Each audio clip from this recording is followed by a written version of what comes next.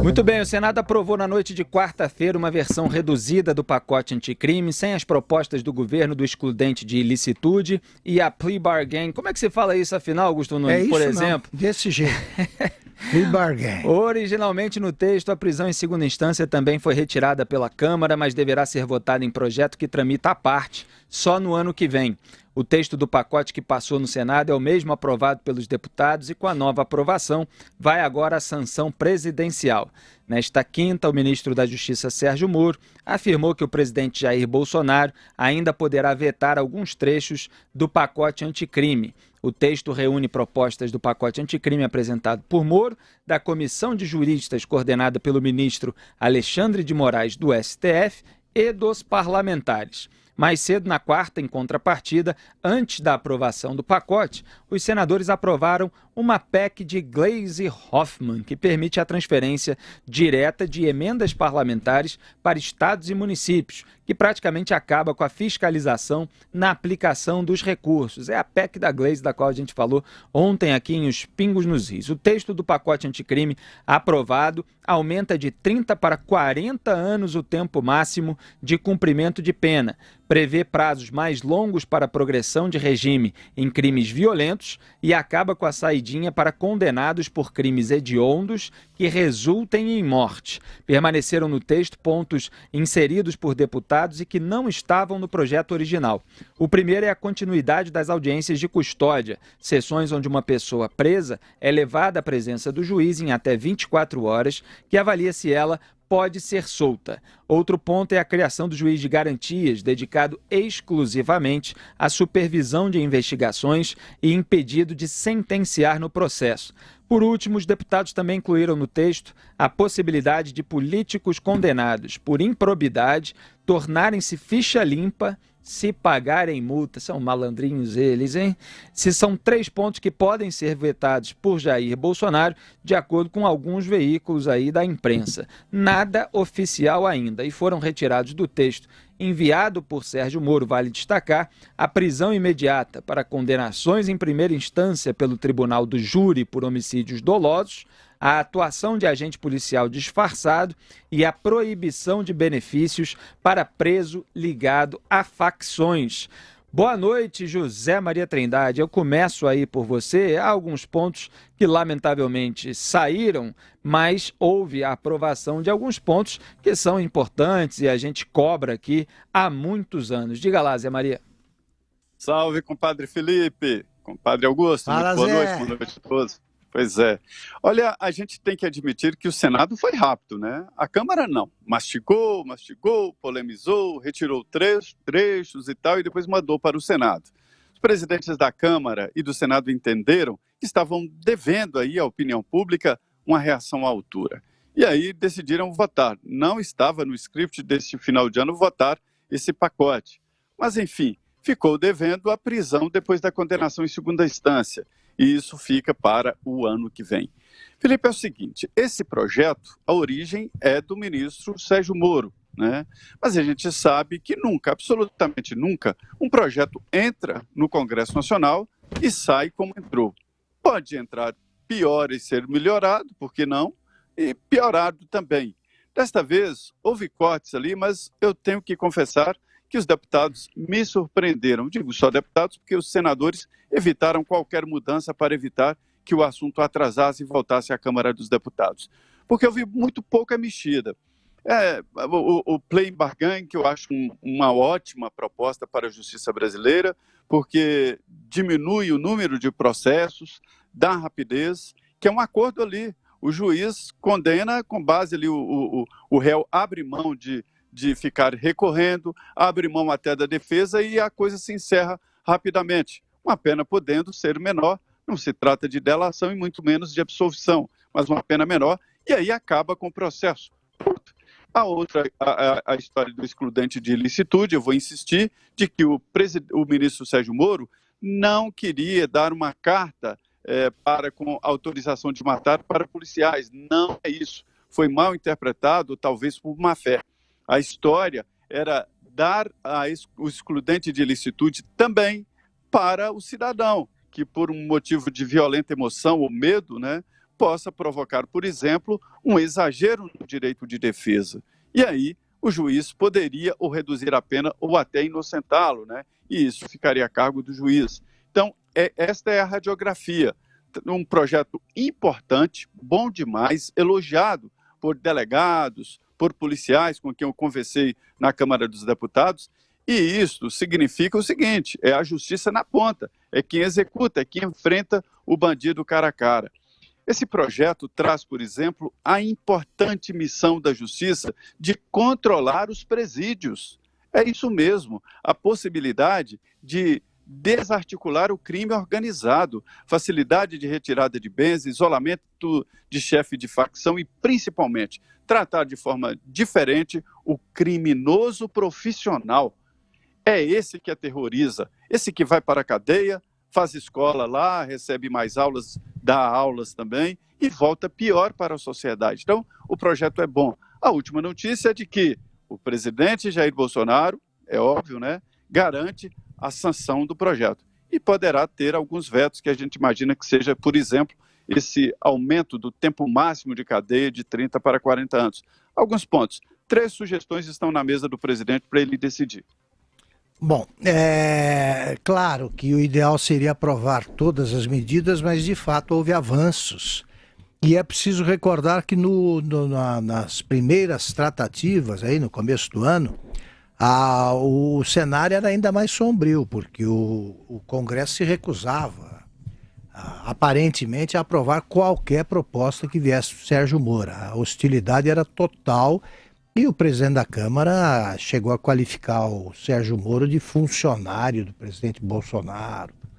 Isso mostra a contemplação do passado, mostra que as coisas melhoraram, embora, repito, não tenha chegado ao ponto ideal. Mas eu registro, aí o Felipe já na apresentação destacou essas questões, eu acho que entre os avanços devem ser destacados esse aumento do limite máximo da pena, né? 30 anos, de 30 para 40, agora faço a ressalva. Precisa dar um jeito nessa história de progressão da pena, porque 30 anos ninguém cumpriu, né? Ninguém chega lá. A gente compara com o regime carcerário americano, ele não tem conversa. A gente é condenado à prisão perpétua, por exemplo, e lá vai ficar. Lá vai ficar. E eles têm até, fazem avaliações de tempos em tempos, mas são raríssimos os casos em que o sujeito é considerado recuperado para a sociedade, para a vida social, nessas avaliações. Eles sabem que estão próximos da liberdade e voltam para a cadeia. Todos merecidamente. Então, no caso do Brasil, 40 anos, então é para valer. Alguém tem que cumprir. Porque é isso aí, o sujeito lê um livro, abate tantos dias da pena. O sujeito serve a comida lá nas celas, abate tantos da pena. Então não dá. Aí fica difícil. Até porque gente que não lê, como o Lula, fica dizendo que lê até romancista russo e cada catatal daqueles deve reduzir a pena razoavelmente. Mas volto aos avanços.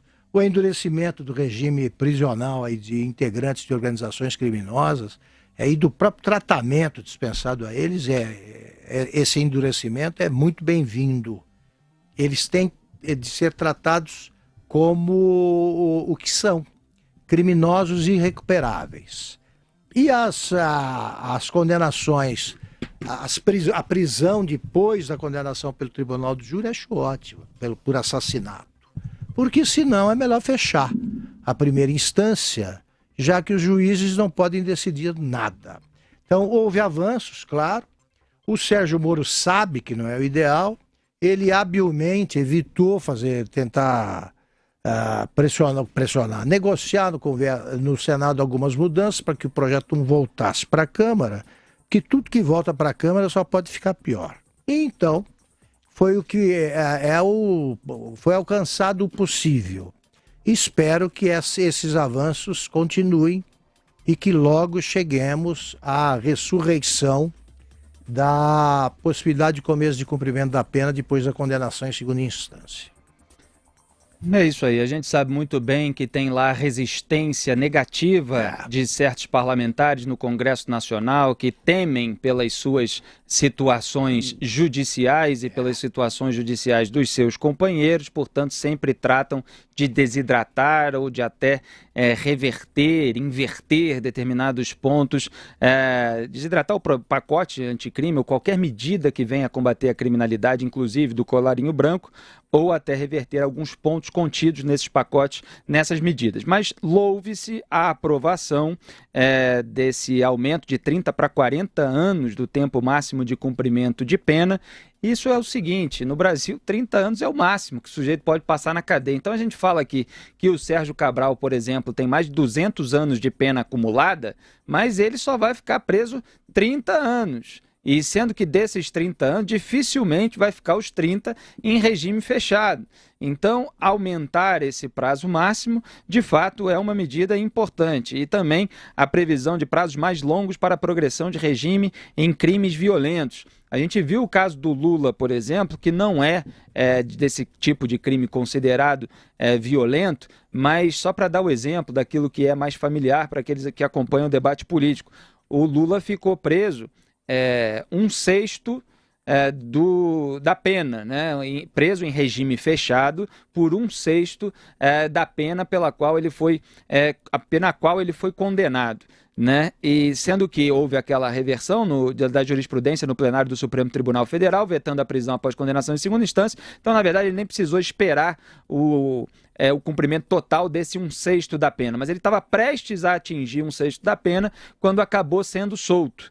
E com a progressão de regime com prazos mais longos em caso de crimes violentos, significa justamente que o sujeito que cometeu o crime violento, ele fica preso em regime fechado durante mais tempo antes de passar para o regime semiaberto, que era o caso do Lula. Ele iria passar para o regime semiaberto, mas não precisou, porque houve aquela decisão do STF, então ele foi completamente solto, vamos dizer assim, e responde agora ao processo em liberdade. O processo não para, há recursos aos tribunais superiores e quando o trânsito em julgado, o esgotamento dos recursos no STF tiver acontecido, aí sim ele iria para a cadeia. Vamos ver se realmente vai, tanto no caso do triplex do Guarujá, quanto do sítio de Atibaia. Mas é só para fazer analogia com o caso mais familiar de vocês, porque aumentou-se, portanto, o prazo para a progressão de regime em caso de crimes violentos, que não é o caso de recebimento de propina como no do Lula. E acabou-se, portanto... Fala, Zé Maria. Olha, não é tão simples essa história dos 30 anos, né? É preciso dizer que, para garantir esses 30 anos, o condenado tem que unificar as penas. A origem disso é porque a Constituição brasileira não admite a prisão perpétua. Então, se houver uma condenação de 40 anos, por exemplo, para quem tem 60, já seria 90 anos, então seria uma prisão perpétua, né? Então, esse o diferencial, esta é a base, é o limite constitucional. E a unificação não admite a progressão como se fosse uma condenação única.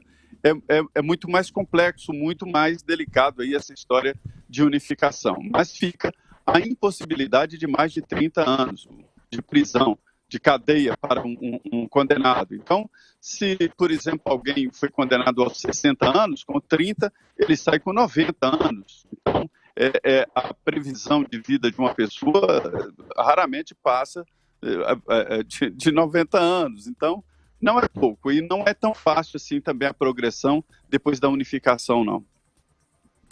Legal, Zé Maria. A terceira medida que eu ia apontar, né, o Zé Maria está apenas detalhando aqui o funcionamento daquela primeira medida sobre o aumento do tempo máximo de cumprimento de pena, e a terceira é a saidinha, né, que acabou para condenados por crimes hediondos que resultem em morte. A saidinha ainda existe para outros casos, né, Augusto? E ela sempre foi fonte de indignação e revolta popular. A gente vê aí principalmente essas saidinhas daquelas pessoas que mataram o pai ou mataram o filho e saem em Dia dos Pais, que é um absurdo, é um assinte contra a sociedade, contra o povo brasileiro. Então, nesse caso da saidinha, ainda pode melhorar mais, mas pelo menos já se acabou com a saidinha para condenados por crimes hediondos que resultem em morte. Então, esses são os pontos bem-vindos. O meu pasmo com isso aí, porque veja bem, Qual é o motivo da saída? Você sai porque é Dia dos Pais. Vamos desenhar. É sempre bom Portanto, reforçar. você vai visitar os pais. Mas você não pode visitar os pais porque você matou os pais. Simples assim. O juiz sabe disso. O juiz sabe disso, evidentemente. Porque eu não posso acreditar que os juízes liberam as pessoas para essa saída, o saidão, saidinha, sai toda hora. Saidinha de Dia das Mães, Dia dos Pais, etc. Dia do pai, da mãe, tudo. Eu acho que o juiz dá uma olhada na ficha, pelo menos. Não é possível que os responsáveis por isso não examinem quem é que eles estão soltando. Aí está lá. É parricida, matricida e tal, então não tem pai para visitar, nem mãe para visitar. Vai sair por quê, meu Deus? Como é que isso pode continuar? Né? E toda hora fotografam, o beneficiário da saidinha não está nem aí. Tá? Age com uma frieza, uma indiferença que são criminosas, também como tudo na vida deles. E no ano seguinte sai de novo e vida que segue e os juízes continuam afrontando a sociedade.